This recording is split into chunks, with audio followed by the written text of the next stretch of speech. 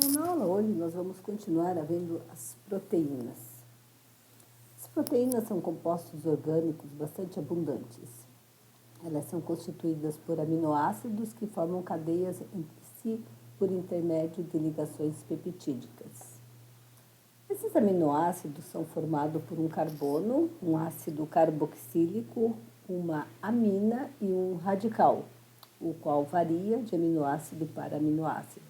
Geralmente, para ser considerado uma proteína, a cadeia deve apresentar mais de 70 aminoácidos, como vimos na aula passada, a formação da proteína. Quando a cadeia é menor, o termo adequado é um peptídeo.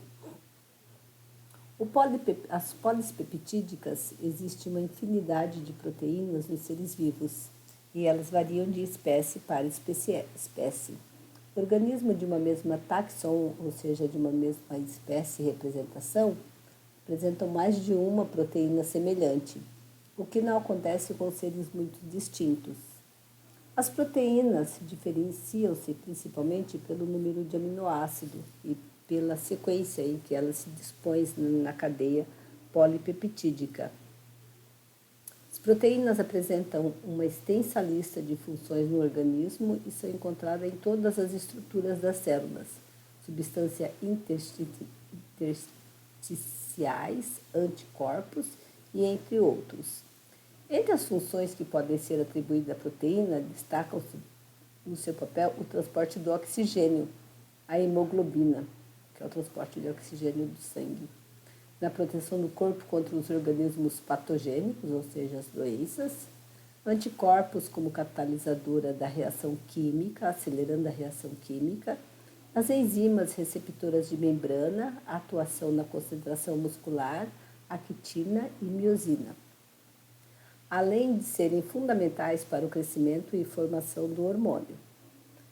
Função da proteína também. Diante de tamanha importância, é fundamental que as proteínas sejam obtidas por meio de uma boa alimentação. Entre os alimentos que se destacam pela grande variedade da quantidade desses nutrientes, podemos citar as carnes, os ovos, leites, cereais integrais, feijão, legumes, vegetais folhosos, verde escuro.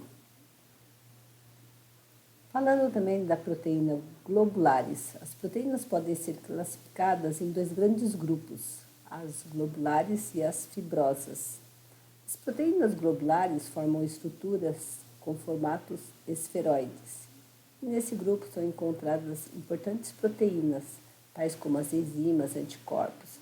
Já as proteínas fibrosas organizam-se em forma de fibra ou lâminas e as cadeias de aminoácidos ficam dispostas paralelamente, diferente das globulares, e estas são pouco solúveis em água. Além dessa classificação, podemos considerar as proteínas como conjugadas e derivadas. As proteínas simples apresentam apenas aminoácidos. As proteínas conjugadas, além de aminoácido, existe um radical de origem não peptídica, que é denominada do grupo dos proteicos. As proteínas derivadas, por sua vez, não são encontradas na natureza e são conseguidas graças ao processo de degradação de proteína simples conjugada. As estruturas.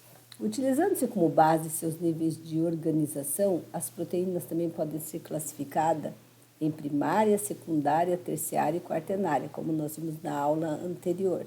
Na estrutura primária, observa-se a cadeia polipeptídica, ela é linear, tipo uma fita, e não apresenta ramificações. Nas estruturas secundárias, por sua vez, observa-se que a proteína não está esticada, e sim torcida e dobrada uma sobre a outra, e que muitas vezes lembra a estrutura do DNA. Já na estrutura terciária, observa-se uma organização tridimensional, globosa, exclusiva das proteínas globulares. E, por fim, temos as proteínas quaternárias, que formam grandes enovelados. Uma proteína só pode ser classificada como quaternária se apresentar duas ou mais cadeias polipeptídicas. Em se falando da desnaturação, uma característica importante da proteína é a sua capacidade de desnaturação ao serem submetida, por exemplo, ao calor excessivo, agitação, radiação, pH extremo, pH potencial de hidrogênio.